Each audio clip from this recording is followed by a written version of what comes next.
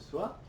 Alors nous recevons ce soir Nicole Bernard, donc que je vais présenter rapidement. Donc Nicole, vous avez étudié le tai chi et le qigong. Alors ça, pendant 25 ans auprès de Vladi Stefanovic. Ouais, j'étais vraiment très impressionné. Moi aussi. Pour devenir enseignant et formatrice de tai chi et de qigong. Et vous avez créé avec Martine Baudilis et Simone Pétrequin l'école Corps Vivant, Corps Conscient. Et vous dirigez aussi donc le dojo, les 4 piliers, dans le 13e arrondissement. Martine, donc vous êtes d'abord passée par la danse, pendant 15 ans professionnels, avant de découvrir le stretching postural et les arts corporels, et vous participez donc à la création du réseau Corps Vivant, Corps Conscient, de l'école et du dojo. Vous êtes donc enseignante formatrice tai chi et qigong, enseignante de stretching postural et professeur de danse. Voilà, et nous vous recevons donc à l'occasion de la sortie du livre Corps Vivant, Corps Conscient, un magnifique livre, Tai Chi, Qigong, Stretching Postural, de la pratique à la vie quotidienne. Donc un livre collectif, alors qui nous a été amené, donc porté par Nicole et toute son équipe, donc un projet vraiment qui nous est arrivé déjà bien ficelé. Je crois que c'est un projet mûrement réfléchi, habité, voilà, qu'on a reçu dans une forme déjà maquettée, déjà bien achevée. Et on a donc pu travailler vraiment de façon harmonieuse avec la maquette pour les dernières finitions pour faire ce livre. Donc pour nous, on avait donc, c'était parfois quelques discussions pour ajouter, pour embellir le livre, mais c'est vrai que c'est assez rare pour nous éditeurs d'avoir comme ça, de recevoir un livre aussi dans une forme aussi achevée. Hein. D'habitude, on peut quelquefois rajouter quelques virgules, mais là, ça a été presque difficile, il a fallu un peu, il a fallu un peu se battre. Et voilà, mais la collaboration a été très fructueuse et on est tous contents de ce livre qui est arrivé. On a pu participer à sa naissance et on est très heureux de ce livre, un petit peu particulier parce que donc c'est un livre collectif, c'est un livre qui n'est pas une méthode, hein. Donc il y a beaucoup de livres sur le tai chi, le qigong, on en reçoit, on a un rayon complet de ce genre de livres. Il y a des livres, je pense, très bien faits, excellents, et donc ça nous importait, nous éditeurs, de ne pas rajouter un livre voilà, qui aurait été peut-être un peu moins bon que ceux existants. Mais là, la différence, il y a une différence avec ce livre, donc c'est que c'est un livre qui parle surtout du point de vue de ceux qui reçoivent l'enseignement et de leur mise en pratique dans leur vie quotidienne. Donc on a un axe qui est un petit peu différent, donc on a un petit peu de pratique, donc on a l'essentiel de la théorie des arts corporels, mais surtout on a des témoignages, donc il y a une conteuse, des professeurs des écoles, des médecins, des thérapeutes, qui relatent comment dans l'exercice de leur métier, ils intègrent leur enseignement et peuvent comme ça en faire bénéficier leurs élèves ou leurs patients. Voilà, donc cette partie-là, je crois que c'est assez rare finalement. Il n'y a pas beaucoup de livres qui prennent ce parti pris, disons, il y a beaucoup de livres qui apprennent la pratique, mais peu qui apprennent comment mettre en pratique ce qu'on a appris dans notre vie quotidienne. Voilà, donc ça c'est vraiment l'originalité de ce livre. Et je crois que c'est sa raison d'être. Voilà. Donc je vais vous laisser parler pour présenter un petit peu. Je n'ai pas beaucoup de questions, mais il va y en avoir sûrement beaucoup du public. Donc je vais vous laisser présenter plus avant peut-être les techniques des arts corporels, votre parcours, et puis parler un peu de ce livre qui nous réunit aujourd'hui. Voilà. Merci Claude. Tout d'abord, je tiens en mon nom et au nom de tous les auteurs et des personnes qui ont participé à ce livre, de vraiment remercier les éditions Almora, ainsi que les personnes qui travaillent dans cette équipe, parce que ça a été vraiment une belle rencontre, des gens qui étaient à l'écoute, qui ont saisi ce que nous cherchions à faire passer et qui ont accepté de collaborer avec nous et de nous entendre, autant qu'on a essayé de les entendre. Et ça, c'était vraiment pour nous une belle aventure, une très belle aventure même. Et on est particulièrement satisfaite de l'objet et du résultat et de ce qu'il porte. Et je pense qu'on n'aurait pas pu faire ce qu'on a fait là si on n'avait pas rencontré, si on ne vous avait pas rencontré ici et ces éditions et la manière dont vous les dirigez et dont vous êtes ouvert à ces pratiques. Il faut quand même rappeler que vous avez une ouverture à ces pratiques depuis de nombreuses années et que ça change vraiment la manière dont nous avons été écoutés. Voilà. Je tenais à le dire parce que c'est vraiment un beau moment qu'on a passé là. Et encore ce soir, je pense que c'est un beau moment qu'on a passé. Moi, j'aurais aimé ajouter quelque chose à la présentation qu'a fait Claude du livre. C'est oui, c'est vrai qu'il est original à cause des témoignages et de cette application dans la vie quotidienne, mais je pense qu'il est aussi original parce que le tai chi, le qigong et ensuite, Martine nous en parlera, le stretching postural, en tout cas le tai chi et le qigong viennent d'Orient. Et ça vient de la culture orientale. Et tous les arts énergétiques corporels en Occident, je dirais à part le stretching postural, tous les arts énergétiques corporels en Occident sont portés par la culture orientale. Et donc, dans les ouvrages habituels sur ces arts énergétiques corporels, on s'attache beaucoup à découvrir en quoi la culture orientale porte ces arts, en quoi on va les trouver la signification, le sens de ces arts corporels, énergétiques. Et ce que nous avons tenté de faire dans ce livre, c'est de dire, eh bien nous, pratiquants, nous sommes tous les 4 enseignants qui ont travaillé aux quatre fondamentaux présentés dans ce livre avant les témoignages, entre 30 et 40 ans de pratique, et leur spécificité, c'est qu'ils n'ont pas pratiqué dans le cadre de la culture orientale. C'est-à-dire que nous n'avons pas appris avec des Chinois, comme c'est le cas d'ailleurs maintenant beaucoup, parce qu'il y a quand même beaucoup d'enseignants maintenant en France et en Europe qui ne sont pas des Chinois, qui ne sont pas japonais ou qui ne viennent pas d'Orient. Et c'est notre cas. Et aussi, nous n'avons pas eu l'élan d'aller chercher dans la culture orientale qu'est-ce que pouvait signifier cette pratique. Et donc ça a fait que nous avons pratiqué, je dirais presque sans a priori culturel, si ce n'est le nôtre. Et bien sûr, nous sommes largement influencés par notre culture en rapport au corps. Notre culture a certains rapports au corps, une certaine relation au corps, à la fois dans ce qui nous a été légué par nos ancêtres, mais aussi avec tout ce qui se passe maintenant, comment on conçoit le corps, comment on l'aborde, comment on le vit. Et pour nous, il nous paraissait très important de dire, ben voilà, si on est comme nous et qu'on a envie de pratiquer cela à fond, c'est-à-dire d'en connaître les techniques, de savoir comment ça se passe dans le corps et d'en acquérir une certaine maîtrise, parce qu'au bout de 30 ou 40 ans d'enseignement et de pratique, et quand on ne fait que cela, parce que c'est notre cas, nous ne faisons pas autre chose à côté, nous ne faisons que cela, nous avons consacré notre vie à cela, eh bien on a aussi l'envie, le désir, et c'est même plus que ça, on a la nécessité de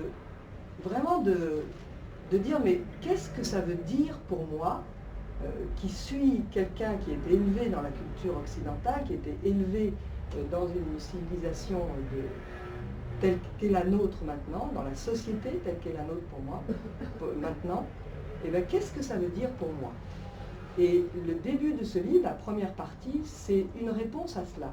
Ce n'est pas une réponse dogmatique, pas du tout, c'est notre réponse. Voilà. Quel cheminement, chacun d'entre nous, les 4 fondateurs de cette école, corps vivant, corps conscient, quel cheminement nous avons eu au fur et à mesure des mois qui passaient, des années qui passaient de pratique, quel cheminement nous avons eu pour faire que cette pratique ne soit pas une pratique d'une part, et puis tout le reste de l'autre côté, et en particulier ce que nous sentons, ce que nous pensons de notre intégration dans la société, dans la démarche corporelle, que ce ne soit pas quelque chose qui soit de l'autre côté, quelque chose qui soit uniquement pensé, qui soit uniquement même porté par la culture orientale. Et donc nous avons fait, en tout cas je vais parler pour moi, j'ai fait cet effort parce que c'est une véritable introspection et c'est un véritable effort d'aller chercher je dirais presque dans ses tripes, c'est quoi le vécu d'une personne comme moi, inscrite comme moi dans la société, qu'est-ce que c'est le vécu et surtout quel sens je peux donner à cette pratique. Et ce sens est fondamental. Je pense que nous sommes à un moment de la vie où le corps a quelque chose à nous dire.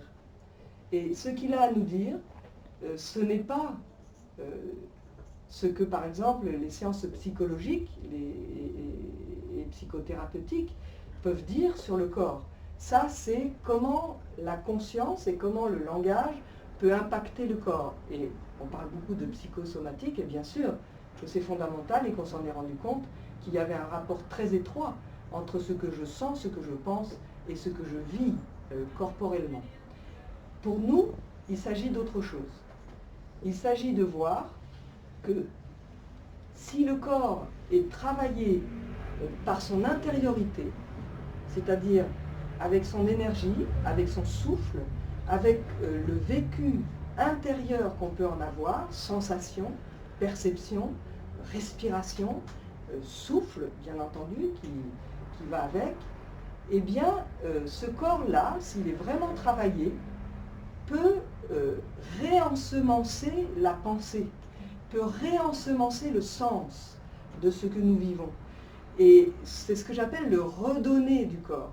Et, alors ça prend un certain temps, c'est pas au tout début de la pratique, il faut déjà intégrer la pratique, mais à un moment donné, elle nous reféconde dans notre vie, dans comment on perçoit les choses, dans comment on est en relation avec les autres, comment on est en relation avec le monde, avec les arbres, avec la nature.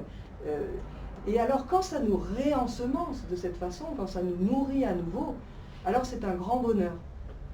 Parce que tout à coup, c'est une conviction intérieure qui n'est pas nourrie simplement par ce que j'ai pensé, par ce que j'ai lu, par ce que j'ai reçu des autres, par ce que j'ai reçu des enseignants que j'ai suivis, mais qui est réensemencée par j'allais dire une conviction profonde.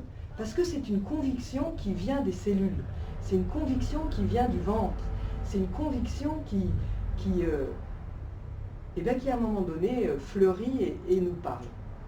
Et voilà un peu ce qu'on a voulu faire passer dans le livre, dans la première partie. Et ce qui est intéressant, c'est que cette conviction, elle est à la fois plurielle, parce qu'on est 4 à avoir parlé, mais en même temps, quand on lit le livre, on s'aperçoit qu'il y a une communauté. Ben oui, parce que le corps, c'est le même pour tout le monde. Notre corps, quand on le considère avec joie, avec, je dirais, l'émerveillement devant ses capacités alors on parle beaucoup de résilience, ben oui, le corps a une résilience, c'est clair. Il n'y a pas seulement l'esprit, le corps a une résilience. Et quand on parle de ses capacités de résilience, quand on essaie de le contacter à ce niveau-là, eh bien, du coup, ben, il vient nous parler, et vous verrez, si vous lisez le livre, si vous avez cette curiosité, eh bien qu'il parle à la fois communément à tout le monde et à la fois individuellement à tout le monde. Alors, je ne suis pas, bien entendu, la seule personne qui ait découvert ça. On sait qu'il y a des recherches maintenant qui sont faites, et et des abords de la réalité humaine qui parlent de ça, c'est-à-dire ce qu'on peut avoir en commun au plus profond de nous et qui fait que nous sommes capables d'être en vraie relation avec le monde et avec les humains, les autres humains, et en même temps que cette chose-là est intrinsèquement la nôtre, individuellement la nôtre, pas dans le sens individualiste, mais dans le sens de ce que nous avons au plus profond de nous en tant qu'individus. Voilà. Chaque fleur ici est une jonquille. C'est ça qu'elles ont en commun. Ce sont des jonquilles. Mais si je contemple chacune de ces fleurs, chacune est différente. Et si je commence à regarder chacun de nos corps comme cela, alors quelque chose change. Parce qu'il y a ce que nous avons en commun, mais il y a aussi ce qui a poussé chacune de ces jonquilles à devenir jonquille et à devenir une jonquille différente de sa voisine. Et donc nous, en tant qu'espèce humaine, on a ça en nous. Et le travail corporel énergétique, justement, touche à la fois l'énergie, c'est-à-dire ce qui a fait qu'il y a un élan dans la jonquille pour devenir jonquille, mais touche aussi, si on l'enseigne de la façon dont nous l'enseignons, et on n'est pas les seuls à l'enseigner comme ça, heureusement, touche aussi ce que nous avons profondément, individuellement, chacun d'entre nous. Et ça, ce sont les fondements qu'on a voulu vraiment soutenir dans notre enseignement. Ce fondement, c'est à la fois la transmission d'un héritage. Il s'agit de techniques qui sont passées de génération en génération depuis de nombreuses années, donc qui ont été enrichies par chacun des pratiquants. Et bien sûr, il y a la fidélité à ces techniques. On les enseigne le plus possible comme on nous les a enseignées. Mais en même temps, il y a l'autonomie. C'est-à-dire que ce n'est pas une fidélité absolue, c'est une fidélité relative. Par exemple, moi je vais vous parler du Tai Chi et du Qigong, puisque je suis praticienne et enseignante de Tai Chi et de Qigong. Martine vous parlera du stretching postural, puisque c'est plus sa spécialité. Mais en Tai Chi et en Qigong, ce sont en gros des mouvements. Donc si je regarde ce que fait un pratiquant de Tai Chi ou de Qigong, il fait des mouvements. Ah oui, mais ces mouvements sont portés par quelque chose. C'est-à-dire ce n'est pas un mouvement simplement comme ça, c'est un mouvement qui est porté par un travail intérieur. Travail de souffle, travail d'écoute, et puis travail technique pour mettre au point des manières de faire circuler le chi, l'énergie vitale, dans le corps, et que ces manières-là portent le mouvement et lui donnent alors une toute autre qualité. Alors cette qualité, on peut la voir de l'extérieur, mais aussi on la vit beaucoup de l'intérieur. Et c'est cette qualité de mouvement qui nous travaille. Et donc en Tai Chi, en Qigong, il y a la tradition, en Chine, parce que ça vient de Chine, la tradition, c'était que ce soit transmis de maître à disciple. Et en général, c'était d'une personne à une personne, c'était rarement à un groupe. Et voilà que, en arrivant d'Occident, ça a changé. C'est-à-dire que non seulement, ça n'est plus seulement transmis de maître à disciple, avec l'acception de maître qu'il y a en Orient, c'est-à-dire le disciple est dans une allégeance acceptée, à la fois du maître et du disciple. Les deux personnes se rencontrent et décident de travailler ensemble, avec pendant tout un temps, le disciple, entre guillemets, obéit au maître, mais obéit dans le sens de pouvoir acquérir l'art du maître. Nous avons choisi de sortir de cela, tout simplement parce que dans notre société, en Occident, en tout cas pour ma part, j'ai quand même rencontré pas mal d'enseignants, et pas mal d'enseignants qui étaient ou se disaient des maîtres, et qui utilisaient cette chose-là, cette manière de se percevoir, d'une manière qui débordait alors chez l'élève, qui débordait parfois dans une prise de pouvoir. Et donc nous avons été extrêmement attentifs, pour ce qui est de notre part, à ce que nous soyons dans un collectif d'apprentissage. Et nous avons créé pour ça un réseau, qui est un collectif, qui fait que non, il n'y a pas que l'enseignant qui peut apporter quelque chose. L'élève aussi peut apporter quelque chose, et c'est ce rapport entre l'enseignant et l'élève et l'enseignant qui est fécondant pour chacun d'entre eux. Et c'est pas simple, parce que dans la généralité des choses, c'est enseigné vraiment d'une manière, on va dire, hiérarchique, c'est-à-dire celui qui sait est quand même au-dessus de celui qui ne sait pas. Et nous avons décidé, nous... Au sens d'une expérience, en fait. Au sens d'une expérience. C'est plus un temps d'expérience qu'un savoir... On ne Oui. peut pas nier que, voilà, il y a des gens qui vont avoir une plus grande expérience, vont se retrouver Absolument. évidemment dans cette position que tu dis... Mais ça ne veut pas dire qu'il est au-dessus. Non, non, non. Ça veut simplement dire qu'il y a une transmission de connaissances, voilà, au sens d'une expérience. Et très souvent dans notre société, en tout cas moi je l'ai vécu, tout à coup, pouf, il y a un renversement. Si je sais, je suis au-dessus. Non, si je sais, je suis à l'égal. Je suis simplement en train de passer quelque chose, mais je ne suis pas au-dessus en tant qu'être humain. Voilà, ça je tenais à le dire parce que c'est quelque chose qui existe. Et puis, le tai chi et le qigong sont des méthodes, bien sûr, de mouvements lents qui permettent un grand centrage, beaucoup d'abord du corps qui laisse le temps de sentir et de découvrir dans ces mouvements. Et puis, il faut savoir aussi, bien sûr, que ces mouvements ont été vraiment mis au point pour augmenter la circulation de l'énergie vitale dans le corps et du coup de pouvoir bénéficier plus longtemps d'une santé la meilleure possible par rapport à ce qu'on est, bien évidemment. Voilà pour ces techniques-là. Donc je reviendrai peut-être après dans les points qui sont abordés dans le livre, mais je vais te passer la parole, Martine. Et puis tu vas parler un petit peu du stretching postural. Hein, oui, alors évidemment, après tout ça, un petit peu difficile. Mais en fait,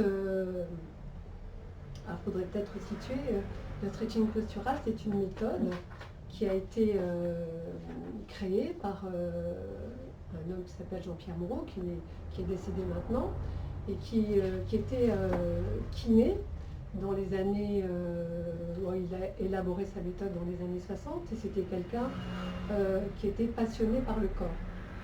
Et donc, ça a été le premier qui a donné aux sportifs une manière de s'entraîner différente de ce qui était habituel, c'est-à-dire que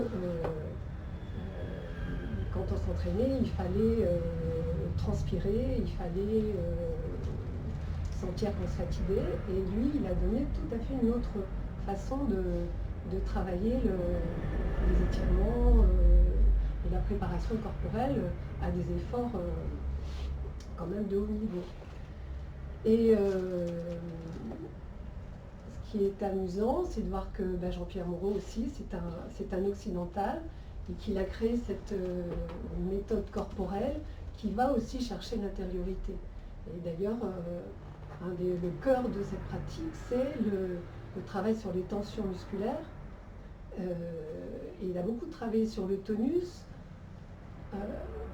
c'est-à-dire le tonus musculaire, qu'est-ce que c'est? On ne sait pas très très bien, mais en tout cas, c'est quelque chose d'inconscient. Et dans les postures telles qu'on les travaille, ça se réveille petit à petit, on en prend conscience petit à petit.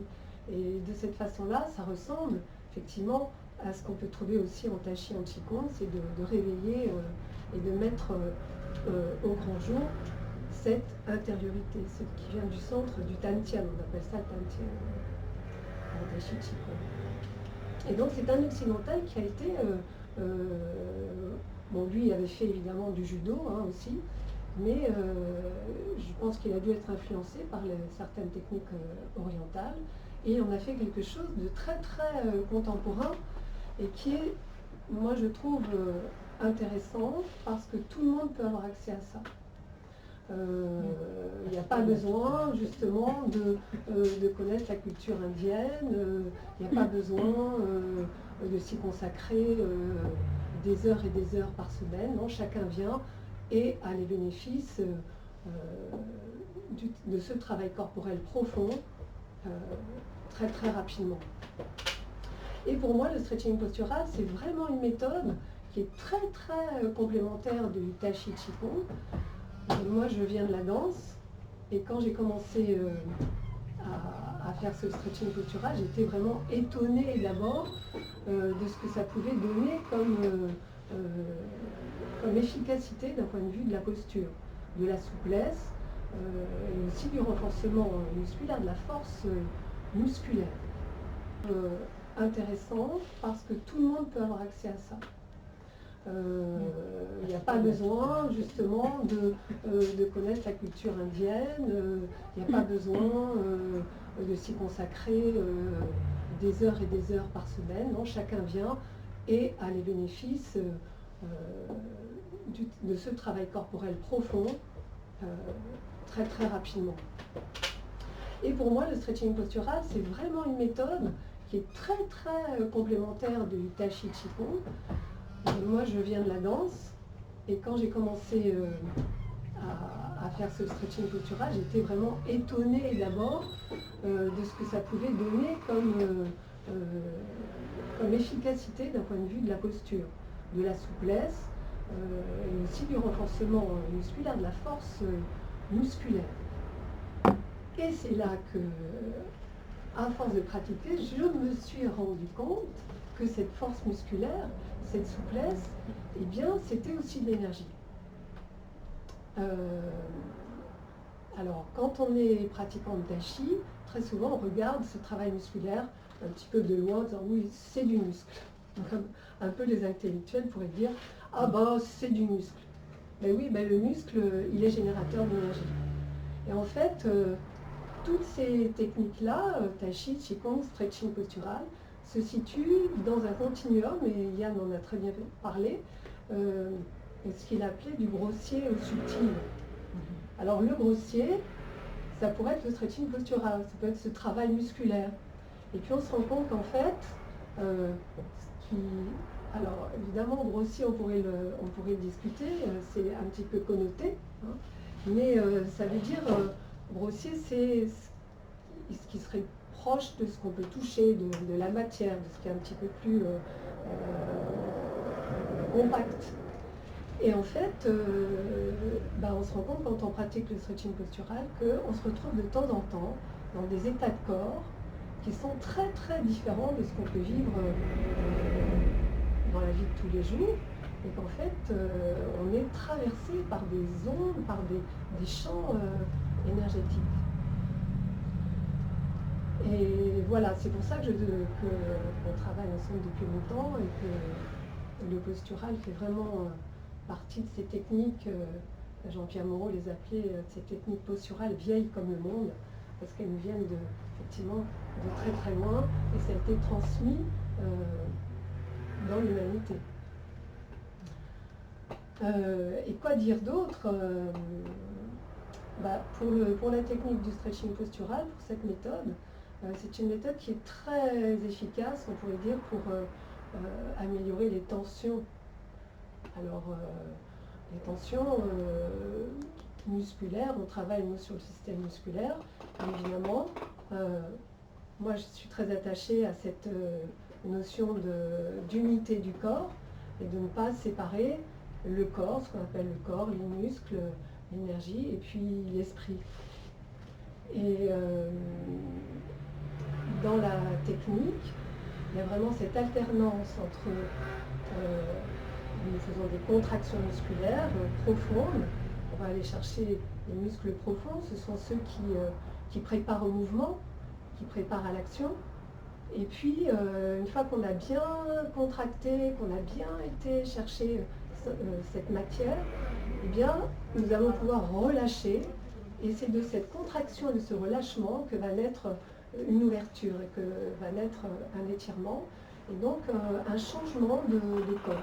Et ça, on apprend à en être conscient petit à petit. Et c'est vraiment source de grande joie, de sentir que les tensions ne disparaissent jamais complètement, mais se transforment et donnent un petit peu plus d'aisance. Voilà. Et puis, mais ça rejoint aussi le tai chi, et on pourrait parler d'enracinement. Moi, la première fois que je me suis sentie vraiment vivante, c'est je me promenais sur le bitume, et puis je me suis rendu compte que j'avais des pieds.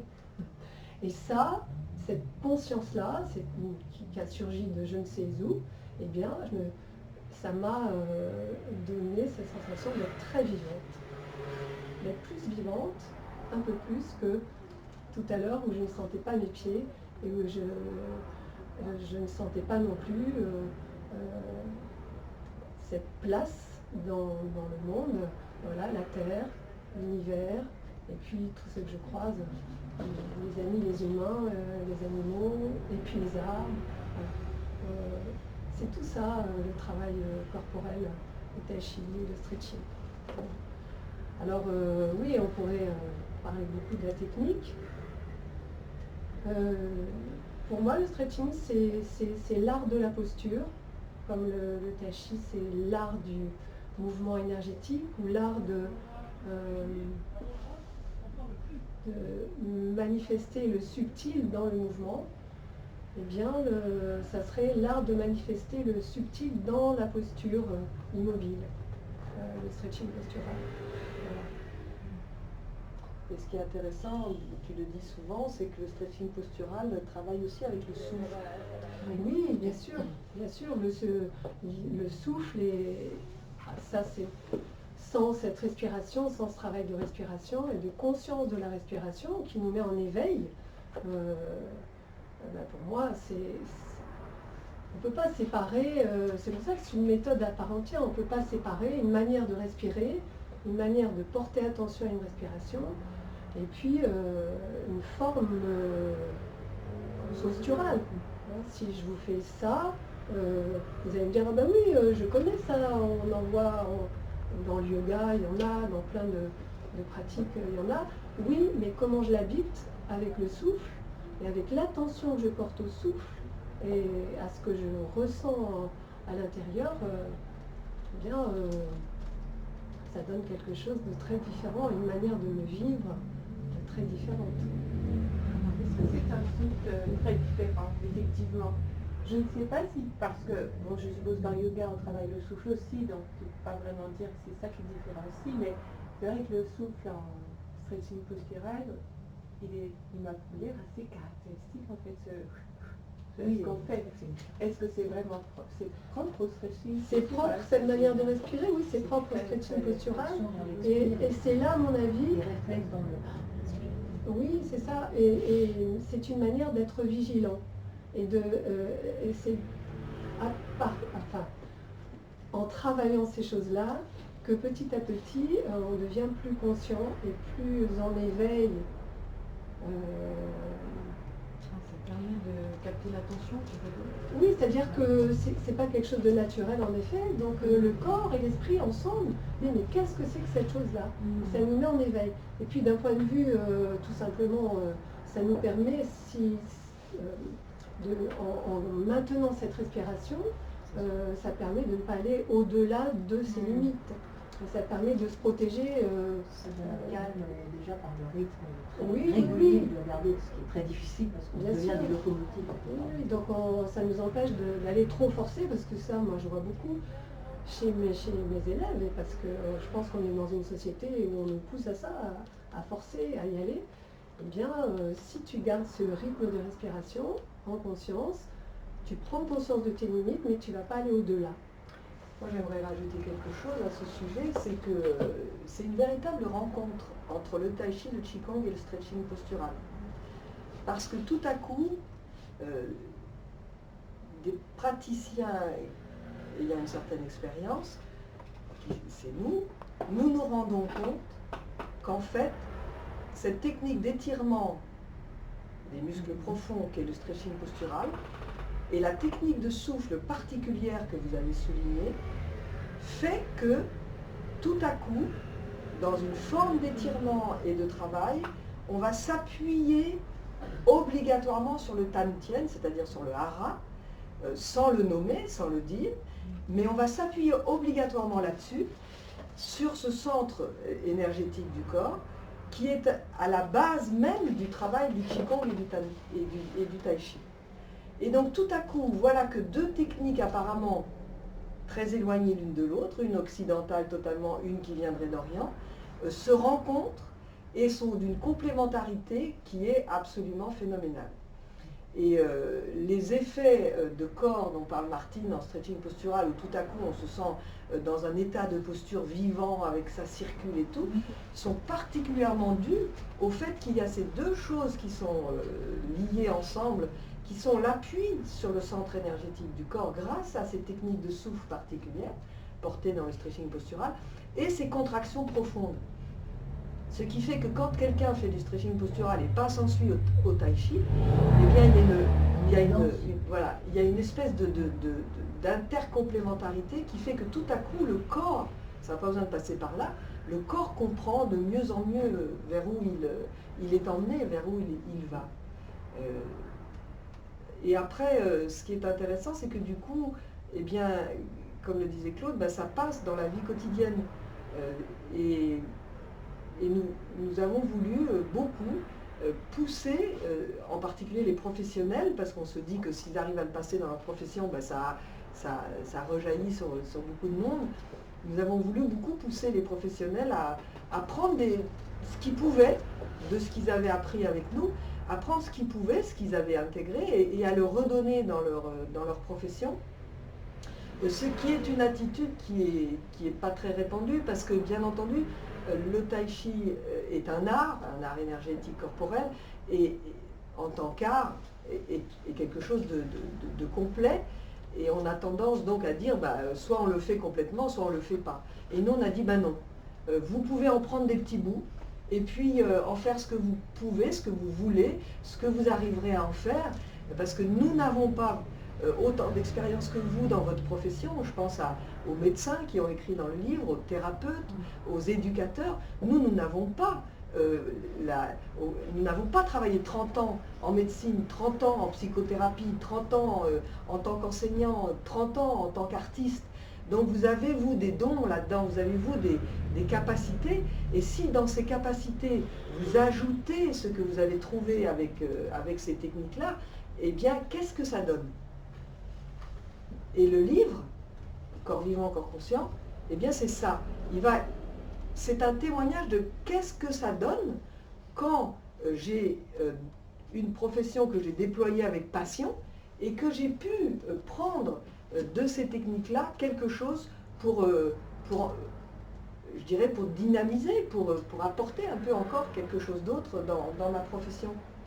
Et donc peut-être, Corinne, bah, si tu voulais parler maintenant des arts, parce que, et de ce que tu as pu vivre au niveau puisque tu es artiste et tu as cette expérience et tu as écrit dans le livre toute cette approche que tu as pu avoir de l'un et de l'autre, et comment ça s'est tricoté pour toi, étant donné qu'on n'a pas tous les auteurs du livre là.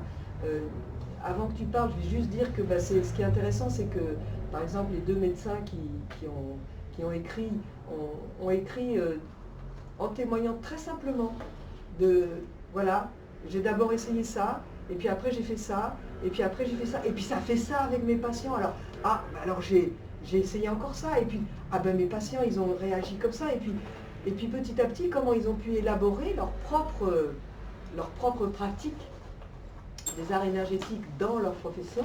C'est la même chose en psychothérapie avec Chantal et Karine, comment elles ont pu tout à coup dire, ben voilà, quand j'ai rencontré une grande difficulté, je me suis tournée vers ma pratique corporelle, et grâce à ça, ben, cette difficulté, j'ai réussi à en faire autre chose, et j'ai trouvé un passage autrement, et il y a eu des résultats, et voilà, et j'avance là-dedans. Et puis Jocelyne qui a vraiment pratiqué au niveau de comment avec les enfants en classe, elle a pu changer un peu tout ça. Et Et voilà, Corinne, je te laisse la place. Non, reste là. Bien, je vais... Voilà, oui.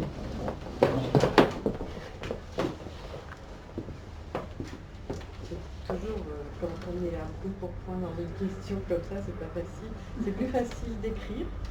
C'est-à-dire quand on vous invite, comme l'ont fait Martine et Nicole, m'ont invité à parler de ce dont je leur parlais en fait de temps en temps dans nos conversations entre la pratique de tai chi et puis ma pratique d'artiste. Donc je fais du dessin, j'ai fait de la peinture en fait, je pratique un peu les deux, mais plus le dessin en ce moment. Le dessin c'est quelque chose qui du coup est un travail peut-être un tout petit peu plus intimiste que la peinture, et c'est peut-être pour ça que petit à petit ça m'a questionné et ça m'a mis en relation avec le tai chi quand j'ai commencé. Mais quand j'ai commencé, en fait, ce que je raconte, hein, c'est comment dire, je faisais du tai chi comme on fait du sport, et je faisais ma pratique artistique professionnellement. Et en même temps, petit à petit, il y a quand même le tai chi remplissait, en dehors de remplir un rôle physique, il répondait quand même aussi, c'est là où je rejoins tout ce qu'on dit sur le corps et l'esprit, le mental, c'est que forcément en tant qu'artiste, on se pose des questions sur ce qu'on fait.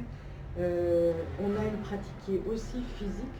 En peinture, j'avais une pratique déjà il y a très longtemps qui était très physique, puisque je faisais des toiles de 2 mètres sur 1,80 m et je faisais jouer, sans connaître du tout le tai chi, je faisais jouer le souffle par des verticales et des horizontales. Donc c'est pour ça que j'ai mis quelques images de cette période-là. Et voilà, et à un moment donné, en fait, il y a aussi des questions alors philosophiques, je ne sais pas si on peut les appeler comme ça, mais il y a des questions sur l'être quand même qui se pose à un artiste face à sa toile, face à son papier. Et du coup, en pratiquant le tai chi, il y a des choses qui se disent, il y a des choses qui se vivent aussi, et qui font que ça nourrit. Et bon, c'est resté pendant très longtemps 2 pôles. Je ne vais pas vous raconter tout mon témoignage parce que je vous invite à lire le livre.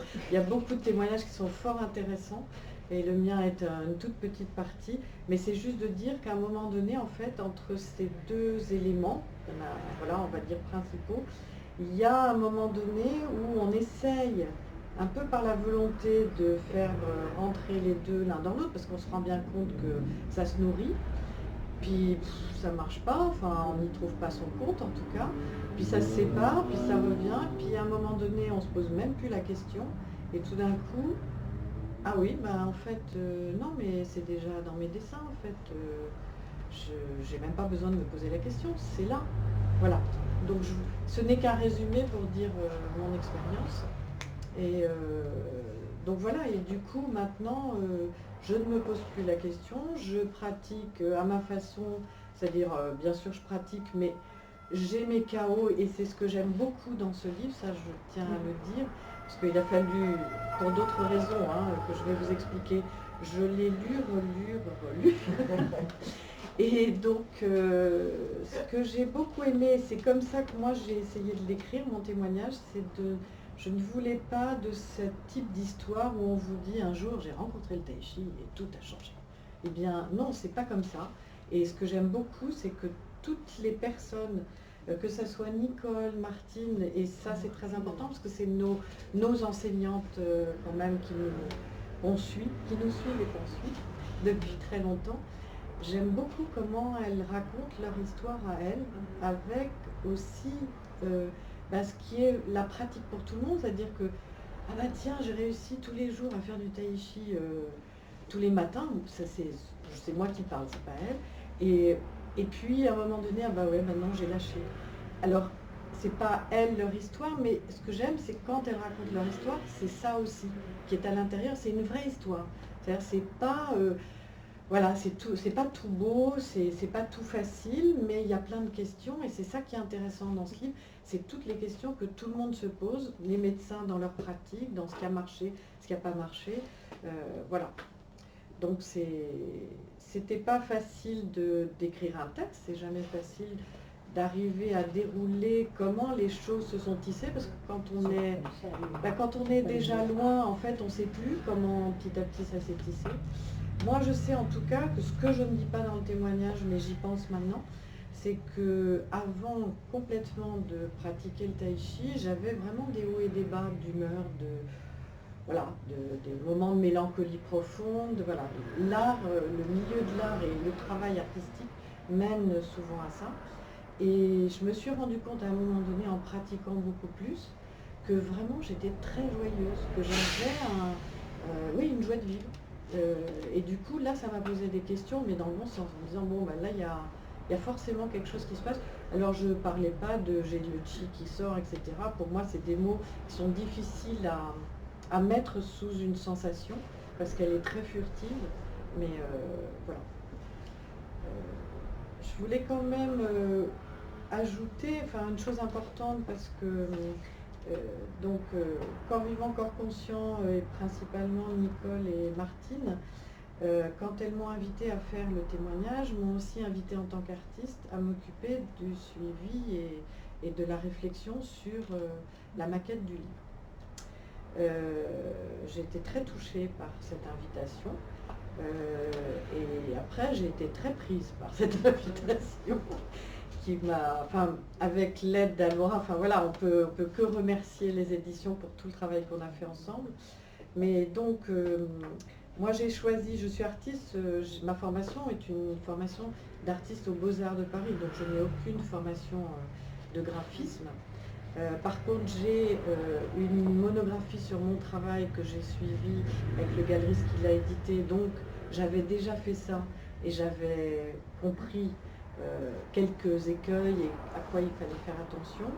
Et pour ne pas manquer à mon devoir, à cette invitation, j'ai moi-même invité une artiste qui fait partie de l'école, avec qui je suis devenue très amie en termes artistiques et en termes tai chi et en général, qui est Martine Schild, qui ne pouvait pas être là aujourd'hui, mais avec qui on a réfléchi ensemble sur la forme du livre. Et donc, je voulais, si j'ai un peu de temps, en parler un petit peu, parce que nos deux pratiques artistiques nous ont très vite amenés à penser la même chose, en disant, nous, on veut un beau livre. On veut un livre où ce qu'on ressent de la pratique qu'on fait du tai chi, elles se perçoivent dans ce corps du livre, dans cette matière physique du livre. Et donc, ça a été notre travail, parce que n'étant pas maquettiste, on espérait bien qu'Almora allait pouvoir finaliser cette idée, mais c'est vrai que quand Claude dit qu'on est arrivé avec quelque chose de déjà très fini, oui, c'est vrai. C'est vrai qu'on a passé un an à vraiment réfléchir au format, à la typo, qui a changé parce que les éditions Almora ont bien sûr des codes et vraiment c'était très bien. On est rentré on a réussi à se mettre ensemble là-dessus. Mais on voulait vraiment que l'objet, quand on le voit, soit pas classique, justement, reflète vraiment voilà, et qu'il émane déjà quelque chose de ce qu'on ressent nous quand on pratique. On le ressentait vraiment. Moi, quand j'ai vu la toute première maquette, justement, je me suis dit que c'était d'autant plus intéressant, c'était pas dans des normes, c'était vraiment un équilibre de page en page, un jeu avec la typographie, qui malheureusement était plus compliqué à mettre en œuvre, en effet, dans un cadre précis des éditions. Mais moi, j'étais très sensible à ce que j'ai reçu. D'ailleurs, j'ai tout de suite répondu en disant, pour moi, il n'y a aucun souci de maquette. Après, c'est une histoire pratique à la loi, comment le bouquin va aspirer de l'intérieur et tout. Mais je ressentais tout à fait cette harmonie et cet alignement au sens droit fil. Vous dire quelque chose là-dessus? Parce que moi, ce qui m'a frappé dans votre travail, c'est justement que c'est un vrai travail, pour moi, artistique, c'est-à-dire de transcription, non pas uniquement par des photos de pratique, on aurait pu dire, on met des photos de pratique et comme ça, non, pas du tout, il y a une atmosphère, il y a des choix de... C'est un espace. Voilà, c'est un espace. Avec des choix, aussi, et j'ai été très touchée de comment vous avez eu justement cette envie, ce désir de transcrire dans votre art ce que nous on ressentait de notre art d'une certaine manière et comment ça s'est rencontré. Moi j'ai été très c'était hors impressionnée. Convention, et c'est ça tout le problème quand tout à coup, après on se retrouve dans un système d'édition avec tout un tas de lois qui sont contraintes que je ressens beaucoup comme graphiste, comme peintre, comme voilà, c'est quelque chose que je comprends très bien aussi le moment où tout à coup cet espace, et c'est pour ça qu'on fait d'ailleurs des livres dits des livres d'artistes, moi je travaille justement beaucoup avec les artistes, on peut s'autoriser à ce moment-là à en faire vraiment un espace où on déploie quelque chose hors tout enfermement dans des grilles, des normes, etc.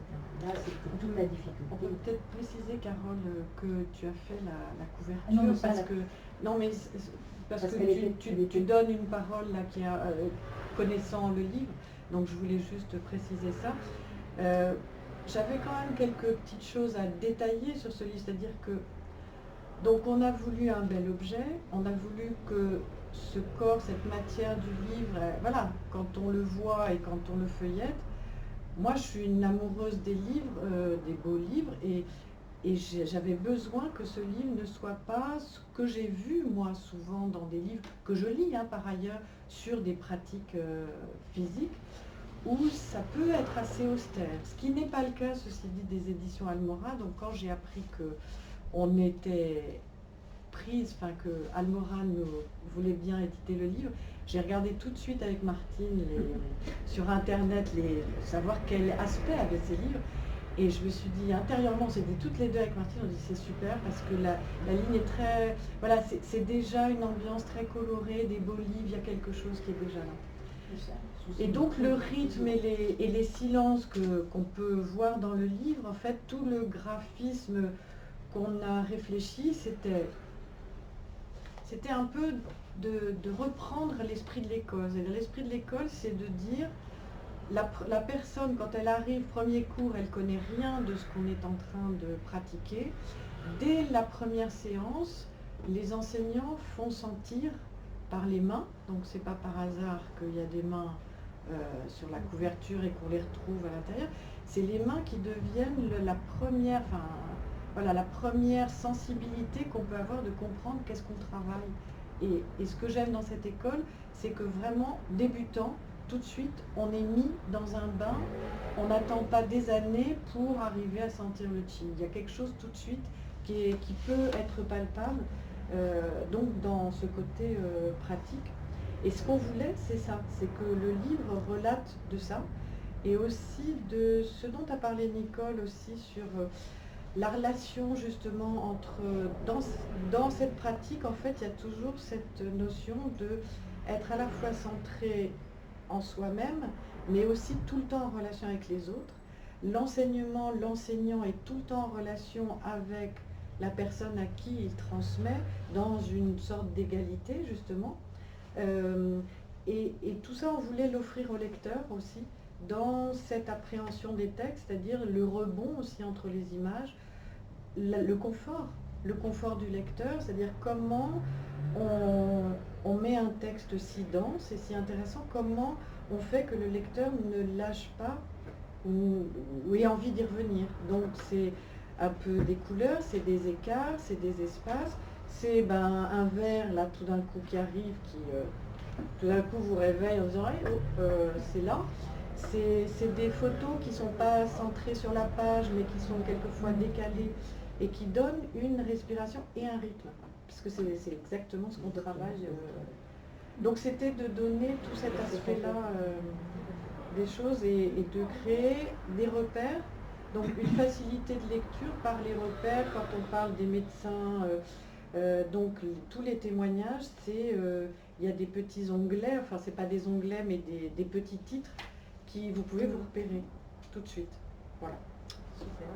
Merci Corinne. On plonge facilement dans différentes parties. Voilà. Moi, je l'ai vu à l'écran et tout de suite j'ai pu être happée par tel ou tel endroit qui m'intéressait et le lire. Justement, j'avais vu en priorité forcément le témoignage de l'artiste. Voilà, pour dire mais c'est exactement happé, ça, Carole. C'est ça qui est intéressant, c'est que justement tu peux lire par un bout ou par l'autre. Et là, en suivant les points d'intérêt de chacun, et ils font qu'on va rentrer dans le livre par une porte ou par l'autre. Voilà, exactement. Et c'est la manière dont on enseigne aussi. Et on sent vraiment. C'est-à-dire que quand on enseigne, on essaye que de rentrer par des portes différentes pour que chacun dans la salle puisse avoir une porte, puisse s'emparer de quelque chose. Parce que c'est vrai que ce sont des pratiques qui sont quand même à la fois abordables mais en même temps qui demandent du temps. Et donc de donner des portes, de donner des envies, de donner. C'est exactement la même chose que dans le livre. Voilà. Je dois dire que c'est quand on a des livres comme ça où la forme et le fond se conjuguent d'une façon aussi harmonieuse, c'est vraiment, je dirais, un bon signe. Ça me fait penser, tu te rappelles Carole, sûrement, on a eu un livre il y a une dizaine d'années sur les dieux et déesses de l'Inde, Oui. qui était fait par voilà, un créateur-auteur qui avait fait toute la maquette également. Investi Voilà, de sa passion. Et je me rappelle, je t'avais amené le projet comme ça pour faire une maquette, ce qui était complètement idiot, et tu m'avais dit, ben, il ne faut rien toucher. Tu avais tout de suite dit quand même, vois ce que tu peux faire à partir de ce travail-là, et après je l'ai respecté à fond parce Voilà. que j'avais trouvé Voilà, ça et là il y avait absolument vraiment raison. une osmose Il était entre sorti le... toutes les grilles visuelles et voilà, mais je suis d'accord avec toi, j'ai pensé d'ailleurs à Dieu et Déesse tout à l'heure. Ouais, et c'est vrai que bon, ce livre qu'on a publié il y a une dizaine d'années a connu quatre éditions, on en a fait une récemment, et on a vendu 12 000 exemplaires. Voilà, donc je pense que c'est quelque chose qui se ressent quand on a vraiment cette conjugaison entre la forme et le fond, et voilà, C'est ça, c'est un une précieux gage. Bon. Exactement comme dans la posture. Comme dans la posture, voilà. entre la forme et le fond, Une c'est ça. même, C'est ça. Conjugaison entre la forme et le fond et la forme et le habiter de l'intérieur. quand on le vit ça d'ailleurs, de sentir qu'on est assez aligné dans tous les sens. Donc je ne peux que, maintenant je crois, voilà, on va juste terminer en disant que je ne peux que inviter tout le monde à venir rencontrer tous les auteurs au symposium. Ouais. Donc nous avons le 8 et 9 mai prochain réunis tous les auteurs du livre qui vont donner des ateliers pratiques alors, qui ne vont pas raconter le livre, mais donner des ateliers pratiques. Vous pourrez pratiquer à tous les niveaux, débutants, avancés, les gens qui sont déjà dans ces techniques sont bien entendu les bienvenus. C'est un symposium qui a lieu à Paris, dans le 13e arrondissement. Toutes les informations sont sur le site internet des 4piliers.fr. Et ce symposium, il est aussi à l'origine du livre, Oui. parce que c'est le 4e qu'on fait, et c'est vraiment le moment où on veut et on a voulu réunir les pratiquants pour parler, pour échanger, pour montrer comment on appliquait dans la vie quotidienne, et aussi pour découvrir des aspects parfois peu connus de nos pratiques que nous donnerons lors du symposium. Donc voilà, le 8 et 9 mai, et puis bien sûr dans nos écoles en Belgique, en France, mais tout ça est sur nos sites internet et dans le livre.